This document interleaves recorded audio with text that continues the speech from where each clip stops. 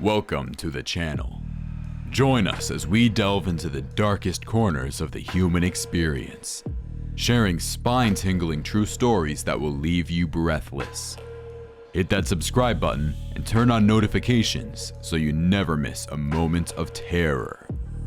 Get ready to be chilled to the bone as we embark on this spine-tingling journey together. Driven by a gut-wrenching mix of fear and determination, I followed the faint flickering light deeper into the forest.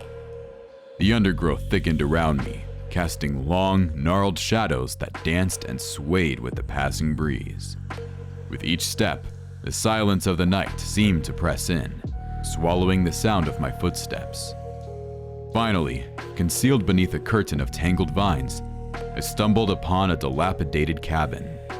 Its dark silhouette stood stark against the moonlit forest, a grim monument of forgotten times. With a deep breath, I pushed open the creaking wooden door, stepping into the eerie silence that hung within. The cabin was a chilling scene of faded memories and disturbing secrets. Cobwebs hung from the corners, and dust particles danced in the silvers of moonlight that filtered through the cracked windows. My heart pounded in my chest as I explored the cabin, the unsettling quiet broken only by the occasional creak of the wooden floor beneath my boots. In the dim light, my eyes fell on a small heap of personal items, instantly recognizable as Sarah's belongings. A fear gripped me, a feeling so intense it was almost physical. Among the items, I found a weathered map, its surface marked with various locations around our neighborhood. Each location was labeled with a date and a name, names I remembered from missing person reports over the years. A sickening realization washed over me. This wasn't just a forgotten cabin. It was a lair, a hub for a human trafficking network that had been operating under our noses. I felt a chill run down my spine as I looked around the room, now seeing it for the horror it truly was. The forest outside, once a sanctuary of peace and quiet, had transformed into a monstrous beast, its shadows filled with unspeakable secrets. I was standing in the heart of it, caught in a chilling web of fear and disbelief. My nightly walks, Sarah's abduction, the two strange men, it all connected in a horrifying pattern.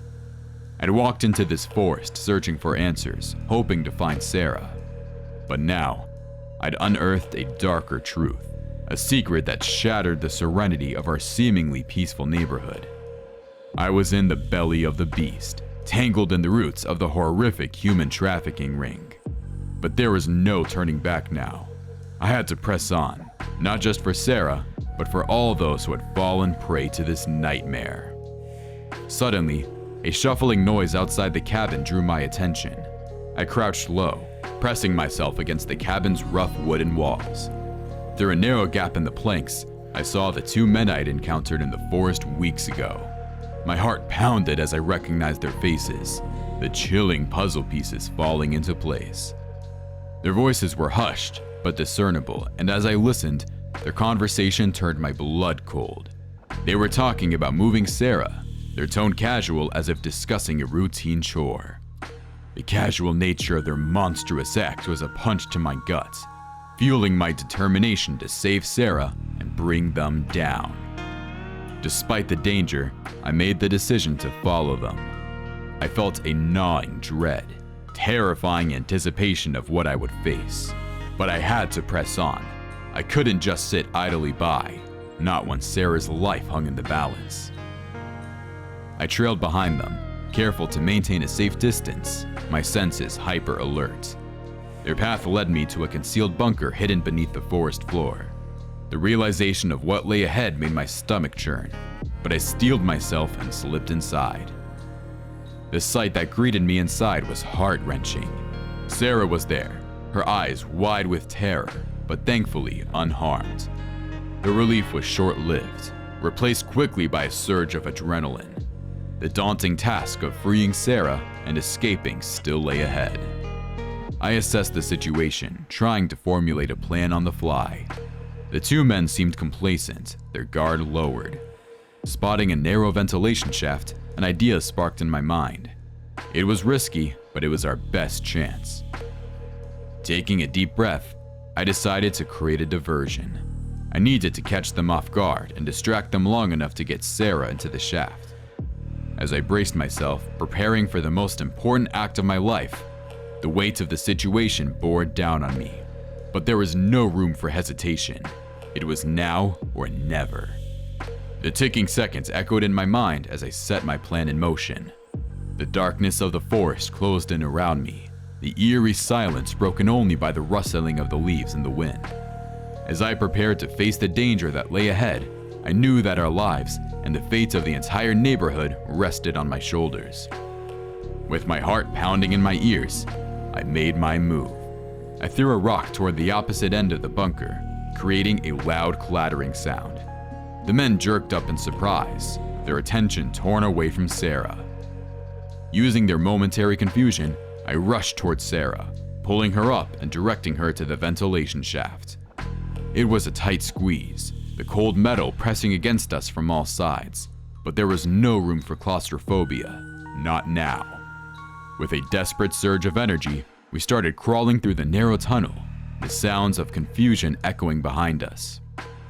It felt like an eternity crawling through the darkness, but we finally saw the faint light of dawn. Emerging from the ground, we found ourselves on the outskirts of the forest, the familiar silhouettes of our neighborhood in the distance. Our hearts pounded in unison, relief washing over us as we realized we had made it. The return to our community was a surreal experience. Our once peaceful neighborhood now held a chilling secret, a hidden darkness that had been operating under the cloak of our ignorance. Their faces mirrored our horror as we relayed our harrowing tale to the authorities. Their swift action was a small comfort. The forest was swarmed with police, their lights piercing the darkness, revealing the gruesome operations hidden beneath its surface. The men were captured, their monstrous deeds brought to light, and their reign of terror finally at an end. As the horrifying truth of the human trafficking ring was unveiled, our community was left reeling. A tranquil veneer of our neighborhood was shattered, replaced by a chilling awareness of the atrocities that had been unfolding right under our noses. As I lay in bed that night, the darkness of my room seemed to echo the haunting quiet of the forest. I was safe, Sarah was safe, but the nightmare we had lived through was far from over. The shadows of the forest loomed large in my mind, a grim reminder of the secrets it had held, of the lives it had consumed.